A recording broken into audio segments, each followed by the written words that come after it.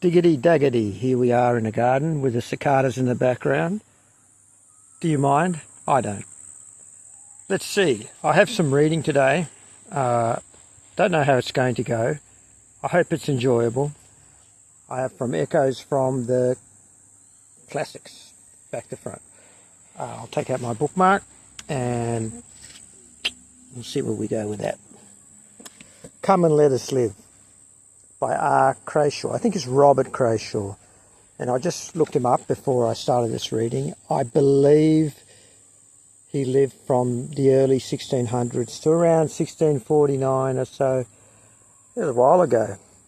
Let's see if we can understand his way of thinking, at least. Come and let us live. Come and let us live, my dear. Let us love and never fear. What the sourest fathers say, brighter soul that dies today lives again as blithe tomorrow. But if we, dark sons of sorrow, set, oh then how long a night shuts the eyes of our short light. Then let amorous kisses dwell on our lips, begin and tell 1,000 and 100 score, and 100 and 1,000 more, till another 1,000 smother that, and that wipe off another. Thus at last, when we have numbered many 1,000, many 100, we'll confound the reckoning quite, and lose ourselves in wild delight, while our soil's joys so multiply as shall mock the envious eye. That was, I don't know about you, but that was delightful.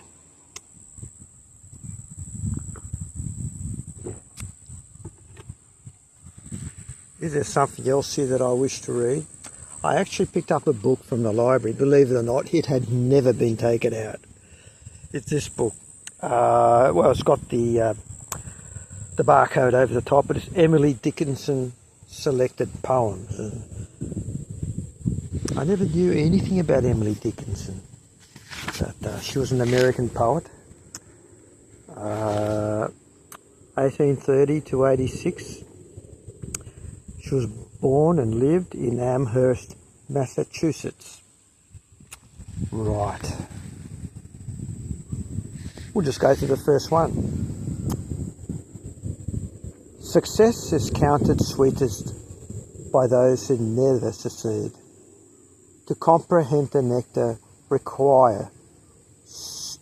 I'm going to begin again, you know, like probably not enough tea or other substances. Success is counted sweetest by those who never succeed. To comprehend a nectar requires sorest need. Not one of all the purple host who took the flag today can tell the definition so clear of victory as he defeated dying, on whose forbidden ear the distant strains of triumph burst agonized and clear. There's something melancholy about that, don't you think? Still brilliant. I think it's brilliant. Oh, this is another short one. I'm going to go for short ones today, if you agree with me, that it's the best thing to do. Blazing in gold and quenching in purple, leaping like leopards to the sky. Then at the feet of the old horizon, laying her spotted face to die. Stooping as low as the otter's window, touching the roof and tinting the barn, kissing her bonnet to the meadow, and the juggler of day is gone. Wow.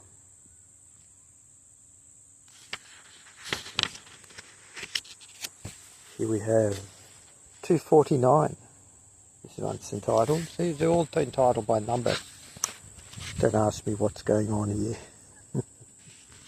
It must be something poetically academic. Wild nights, were I with thee. Wild nights should be our luxury. The futile the winds to a heart in port, done with a compass, done with a chart. Rowing in Eden, ah, the sea, might I but more tonight in thee. Oh.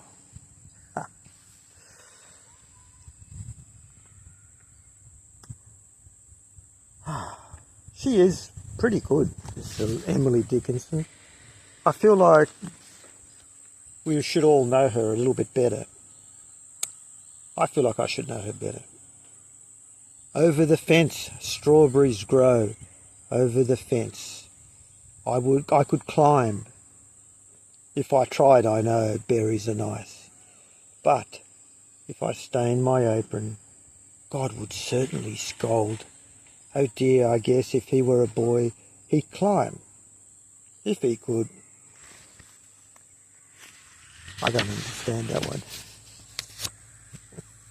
I'm sure you all do, but just a pew. All right. Let's switch authors. What do we have? This is some nonsense I wrote, but I wrote it so badly I actually don't know if I remember how I wrote it. Yeah, let's give it a go. This could end very badly.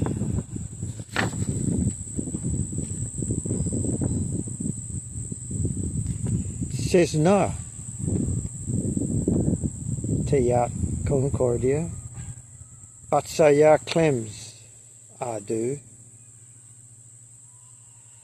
Man, this is going to be a hard one. I should have written not in pidgin. I don't speak pidgin. I don't even know what that is. But I wrote it in the kind of pidgin, and now I have to try and reinterpret it. Oh.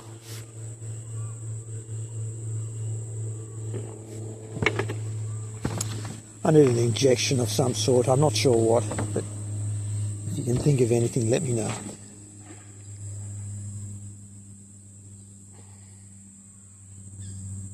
Says no at your Concordia, but so ye claims I do, but seeks your Harmonia, and ye says nah can do. I think I've got to say this in brogue, like I'm a pirate. Says nah ya Concordia, but you say your claims I do, but I seeks your Harmonia, and ya says nah can do. Do not enter my dreams. Do not second my means. Do not mind your whims. No cannot keep your sins.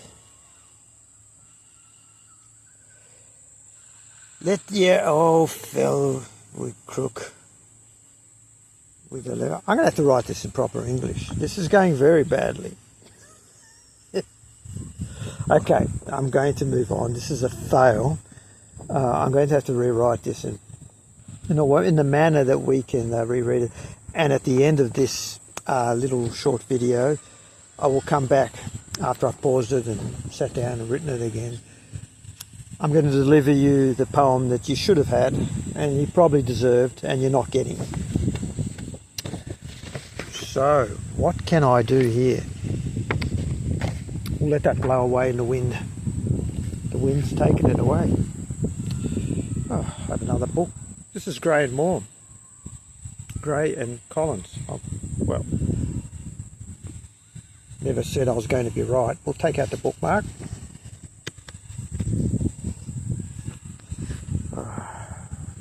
Oh, I like this one. I like it already.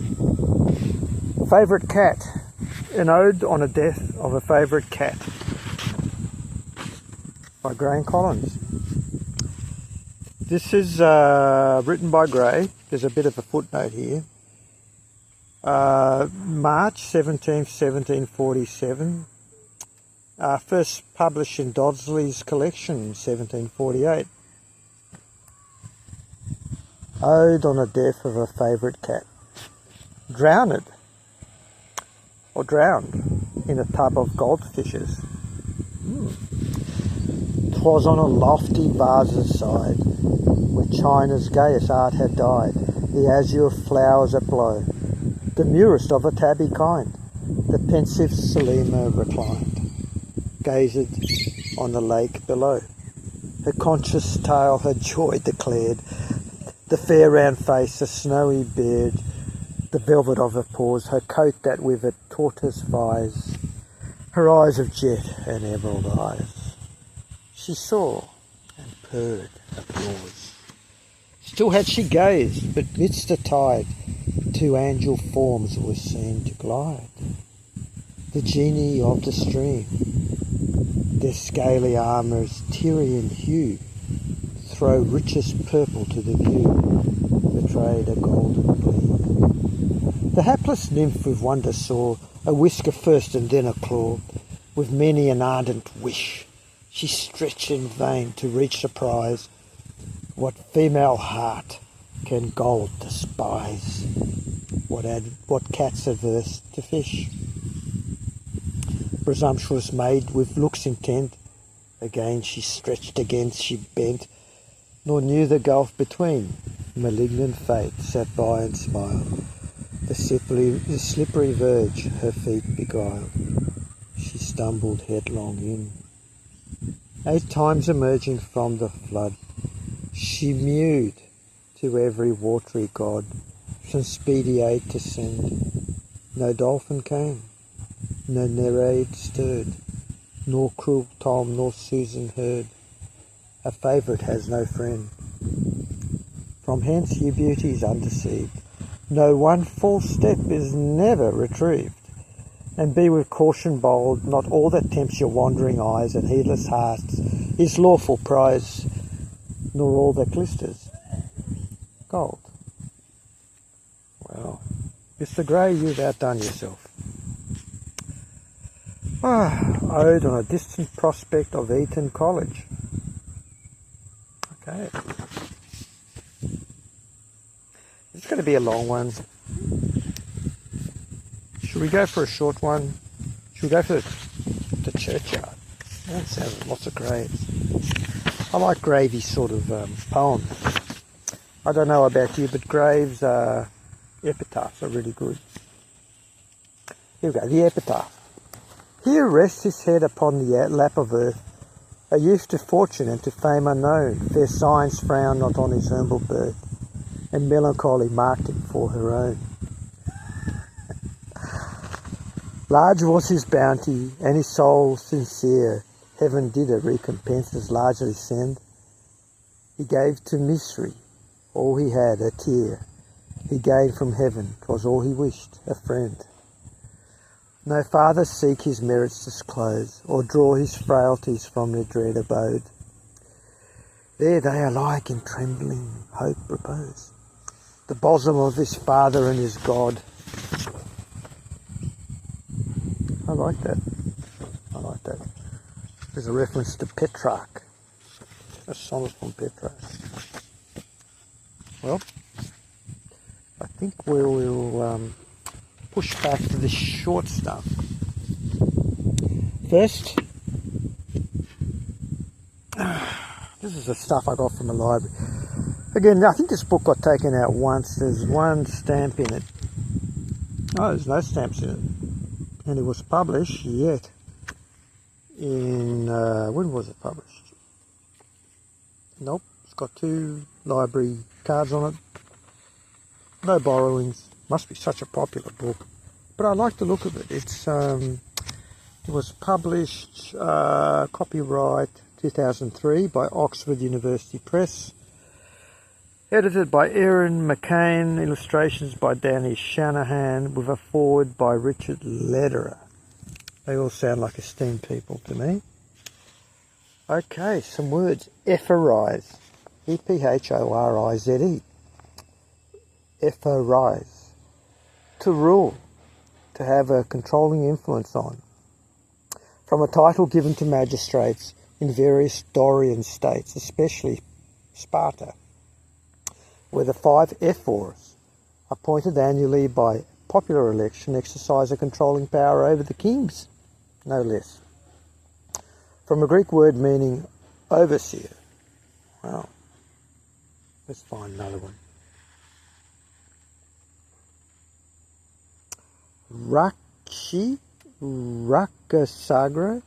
Rakasagra, spelled R-A-C-H-I-S-A-G-R-A. Pain in the spine. Oh, from a Greek word meaning spine.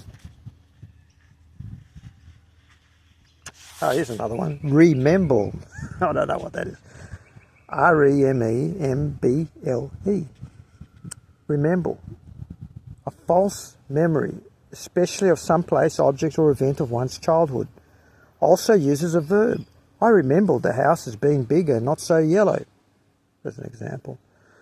Possibly a blend of fumble and remember. The word was coined by Elan Cole, who suggested on the radio show The Next Big Thing.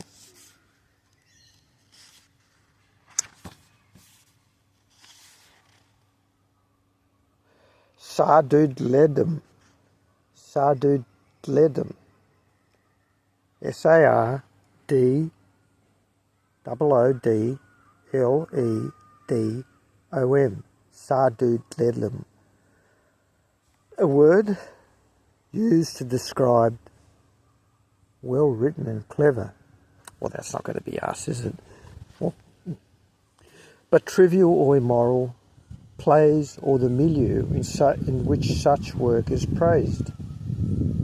From a name of French, so it's trivial or immoral. Is it just me that likes the sound of that? Or do you as well? Okay. Enough hamming it up. From the name of French playwright Victorien Sardou, lived in the 1800s, died in the early 1900s. His best-known farce is Divorçons, Let's Get a Divorce, from 1880, in which a married woman, hearing about a new divorce law about to be passed, starts a flirtation with her husband's cousin. The cousin deceives her with a telegram, implying that the law had been passed. The woman then suggests a friendly divorce to her husband, who agrees and resumes his bachelor life, which makes the woman jealous. The woman and her husband dine in private together and reconcile, leaving the cousin alone and discomfited. Sardou led them. Okay. I don't know why we're interested in this at all. But then again, why do we do anything? You must ask yourself that. I think without art, there is no point to a nation state. I think freedom, liberty, wars, politics, economy, work, the ultimate product of all of these things is art. Okay. All right. So we've got a few words here in the Zs. I always find the Zs a source of curious words. Okay. Xenocratically. With the authority of Zeus or Jove. Okay. So xenocratically, we will move on to the next part. Okay. So I'm back. This is a one that I couldn't finish earlier. It's really quite poorly prepared. That may be the point, actually.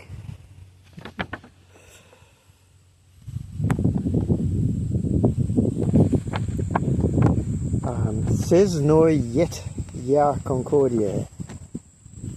Should I put on my voice? I'm going to put on my voice. Says no yet ya Concordia.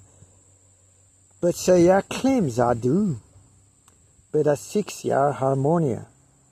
And ya says nothing do. I do not utter my dreams. I do seek it, my means. Do not mean ya weems, and nor can you keep ya sins. I'll do that one again. I do not utter my dreams. I do not seek it, my means. I do not mind ya weems, and nor can it keep ya sins. There you go. Nor can it keep your sins. Let you fill with crook, with a sidle and passion. Let me then write your book, and take away your fun. But book of glyphs and blanks, pages crammed with midges, all of my tricks and cranks, scented worse than witches. The cost of Concordia, the price of incensoria, brought na Harmonia, and filled all meritoria. Well, if you're still with us, you are a trooper, I must say. Maybe you're more than that. Maybe you are an absolute hero. I mean, I cannot believe that you're still here with me. And my lovely countenance, of course. All right, let's see. Let's find one last one to end on today. Because we don't know when we will meet again, do we? Drinking. Anacreontic verse by Robert Herrick. Who is Robert Herrick and when did he live? Let's have a look. Robert, there's a lot of anacreons, sort of anacreontic. I think anacreontic is an old ancient Greek word, but Mr. Herrick, 1591 to 1674. And, well, I've lost the page. So it doesn't matter because I've lost the page. We'll just have to do something else. Oh, here we go. I'm back. Anacreontic verse, and afterwards we're going to find out what anacreontic means. Brisk methinks I am and fine when I drink my capering wine. Then to love I do incline when I drink my wanton wine. And I wish all maidens mine when I drink my sprightly wine. Will I sup and will I dine when I drink my frolic wine? But I languish and lower and pine when I want my favourite wine. Well, 1500s, Mr. Robert Herrick. I think we could have gotten along quite well, I think. Anacreontic. I'm going to look that up. Just give me a moment. Okay, so I just looked up anacreontic. A poem written of the style of Anacreon, an ancient Greek poet who wrote of love and wine. Well, that's a perfect note to end on. So I will see you another time.